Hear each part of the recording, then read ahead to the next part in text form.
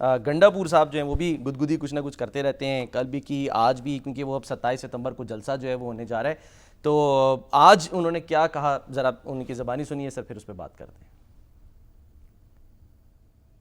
پاکستان کی طریقے سے بڑے بڑے جلسے کیے ہیں، پاکستان کی طریقے سے بڑے مارچ کیے ہیں. اس کے بعد آپ کے سامنے یہ 3 دن تک کوئی لڑ سکتا ہے اور وہ بھی ریاست کے ساتھ. بیک ڈور ڈپلومیسی نہیں کر سکے آپ. اس کے اوپر بھی جب ہوتی ہے بات چیت تو ملاقات ہی نہیں چھوڑتے ہیں. اب عمران خان کے ساتھ بیٹھ کے یہ پولیٹیکل اگر لوگوں کو چھوڑیں گے، پولیٹیکل بات ہوگی، کوئی پولیٹیکل پاکستان کے لیے بات چیت کریں گے. خان صاحب نے کئی بار کہا کہ میں ملاقات کے لیے تیار ہوں، تو بیٹھے بات کریں. لیکن وہ تو بڑوں سے بات کرنا چاہ رہے ہیں، تو بڑوں سے ہی بات کریں گے نا. گھر اس کی حکومت سے کیوں نہیں بھائی کرتے؟ اسی سے بات ہوگی نا کہ جس بات اختیار ہے، اختیار اس بات نہیں، اس سے میں کیا بات کروں گا. وہ جائے گا پہلے اس کو بتائے گا، پھر وہ میرے پاس آئے گا، پھر مجھے اس کو بتائے گا، ڈائریکٹ بیٹھ جاؤ آپس میں بیٹھ کے آ کے بات کر لو. بڑے بڑے جلسے، بڑے بڑے احتجاج، بڑے بڑے مارچ، اور بات بھی بڑوں سے. یہ بات یہ ہے کہ جو پی ٹی آئی ہے نا، وہ ایک ٹیکنیکلی ایک غلط کام کر رہی ہے. اچھا اور آج تک پاکستان کی تاریخ میں ایسا نہیں ہوا، سب کانٹیننٹ میں نہیں ایسا ہوا. اچھا. جب بھی کوئی لیڈر پکڑا گیا، گرفتار ہوا ہے، اس کے بعد اس کے جو قائم مقام ہیں انہوں نے پوری ذمہ داریاں سنبھال لی. ٹھیک. کبھی ایسا نہیں ہوا کہ اب مطالبہ کیا گیا ہو انگریزوں کے دور میں بھی، کبھی ہمیں گاندھی جی سے ملنے دیا جائے، یا مولانا آزاد سے ملنے دیا جائے، اچھا. یا پنڈت نہرو سے ملنے دیا جائے، یا عبدالغفار خان سے ملنے دیا جائے، تو تب ہم فیصلے کریں گے. وہ اپنے جب جیل میں چلے گئے، ان کے قائم مقام جو تھے انہوں نے ذمہ داریاں سنبھال لی. ٹھیک ہے. اور اپنی تحریک کی قیادت کرتے رہے. ٹھیک ہے. اور پاکستان میں بھی جب لوگ گرفتار ہوئے تو ان کے بعد اپنی جو ان کی پارٹی کا نظم ہے وہ قائم ہو گیا. نواز شریف صاحب کی غیر موجودگی میں جب اپنا ذوالفقار علی بھٹو جو تھے وہ جیل میں تھے، نصرت بھٹو نے ان کی ذمہ داری سنبھالی. ٹھیک ہے. اس کے بعد بینظیر بھٹو نے قیادت سنبھالی. نواز شریف جب جدہ چلے گئے تو انہیں جاوید ہاشمی کو قائم مقام صدر بنا دیا. صحیح. اور راجہ ظفر اللہ کو چیئرمین بنا دیا. تو اب یہ ہے کہ وہ قیادت جو تھی وہ اپنے فیصلے کرتے رہے. جہاں وہ ضروری سمجھتے تھے وہ بات کر لیتے تھے، وگرنہ انڈیپینڈنٹلی فیصلے کرتے تھے. بھئی ہدف آپ کا طے ہو جائے پھر اپنے فیصلے کریں. تو سر اس کا مطلب ہے بھروسہ تھا نا اپنے علاوہ بھی کسی کے اوپر، لیکن یہاں کیوں نہیں ہے بھروسہ؟ اب بار بار یہ کہتے ہیں ہمیں ان سے ملنے دیجئے تب ہم فیصلے کریں گے. بھائی اگر وہ جیل میں چلے گا ہمیں افسوس ہے، ہمیں صدمہ ہے، ہم اس کی تعریف نہیں کر رہے، نہ تائید کر رہے کہ وہ جیل میں گئے. جیل میں ہمیں دکھ ہے اس بات کا، لیکن اب وہ جیل میں ہیں، ان کی آزادی جو ہے وہ اس وقت محدود ہو چکی ہے. تو پھر آپ بار بار کیوں کہہ رہے ہیں اور وہ بھی کیوں اصرار کر رہے ہیں؟ بھائی آپ ان کو آزاد کر دیں، جو آپ کے چیئرمین ہیں، جو آپ کے ذمہ دار ہیں، جو آپ کی پارٹی کے رہنما ہیں، جو آپ کے خود گنڈا پور بھی شامل ہیں، ایک صوبے کے سربراہ ہیں، وہ بیٹھے اپنے فیصلے آپ کریں. کب جلسہ کرنا ہے، کب جلوس نکالنا ہے، کس کی تائید کرنی ہے، کس کی تردید کرنی ہے، اپنا ایک راستہ کشادہ کریں. اب ہر بات میں کہ ہم وہ ان سے پوچھیں گے، وہ کہیں گے ہم بتائیں گے، یہ کام اس طرح نہیں چلے گا اور اس طرح مشکلات میں اضافہ ہوگا. اور اب تک بھی دیکھا آپ نے کہ اضافہ ہوا ہے. اب طاقت کے کئی مرکز قائم ہو چکے ہیں.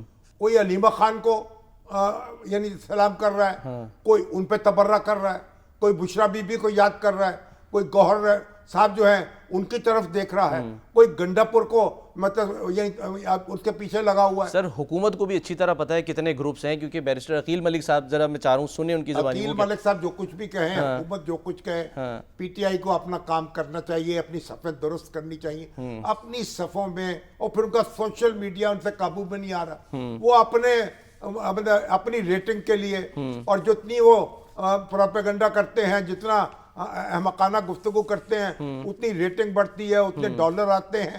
تو یہ ایک بالکل ایک عجیب و غریب کاروبار بن کے رہ گیا ہے. اور پی ٹی آئی جو ہے کچھ سمجھ میں نہیں آ رہا. ایک گاڑی ہے جس کو کئی انجن لگ گئے ہیں، کوئی ادھر کھینچ رہا ہے، کوئی ادھر کھینچ رہا ہے. تو خان صاحب اس کا توجہ کریں اور اس کو جو جن کا کام ہے ان کو کرنے دیں.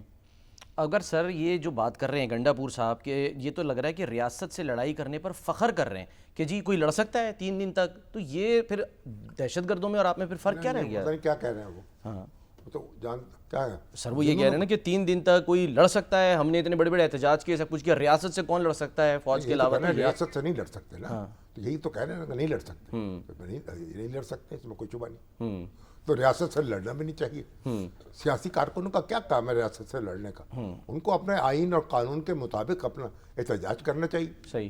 ریاست سے لڑائی جو ہے وہ کچھ چھاپا کر چھاپا مار تھوڑی ہیں، دہشت گرد تھوڑی ہیں. اور پاکستان کی تاریخ میں سے کبھی فائدہ نہیں ہوا. اچھا سر، یہ ذرا عقیل ملک صاحب جو ہیں کیا فرما رہے ہیں، ذرا ان کی سنیے. گروپس کی بھی بات کر رہے ہیں. علیمہ گروپ ہے، دیگر سلمان حکم راجہ گروپ ہے، گنڈا پور گروپ ہے، یہ تمام تر گروپ کے جو پارٹی کے اندر جو فیکشنز ہیں یا جو چیپٹرز بن چکے ہیں، اور پارٹی میں جو تمام تر معاملات چل رہے ہیں اس پہ بھی انہوں نے روشنی ڈالی. اب 27 ستمبر کا بھی ایک چورن بیچا جا رہا ہے اور کہا جا رہا ہے کہ 27 ستمبر کو جو ہے کوئی جلوہ جو ہے وہ کر کے دکھائیں گے. کے پی صوبے کے اندر ایک بڑی تیز لہر ہے دہشت گردی کے حوالے سے اور کائنیٹک آپریشن، اس کے لیے تو سوشل سپیس ہی کہ وہ سوشل سپیس ختم کر دی ہے. یہ پارٹی کہتی ہے کہ جی آپ کو جو تحریک طالبان ہیں یا طالبان کے ساتھ یا دہشت گردوں کے ساتھ جو رویہ ہے وہ بات چیت میں رکھنا چاہیے. دہشت گردوں کے خلاف آپریشن جو ہے اس کے حوالے سے اب اگر حکومت اس کے خلاف جو ہے اقدامات اٹھا رہی ہے تو کم از کم آپ کو چاہیے کہ آپ اس کی سپورٹ کریں. 27 ستمبر کو سر کہہ رہے ہیں کہ جلسے کا چورن بیچا جا رہا ہے. جو پچھلے اتنے احتجاج جلسے ناکام ہوئے تو پھر اس سے کیا امیدیں لگا کے بیٹھی ہوئی ہے پی ٹی آئی؟ جلسوں سے کیا ہونا ہے؟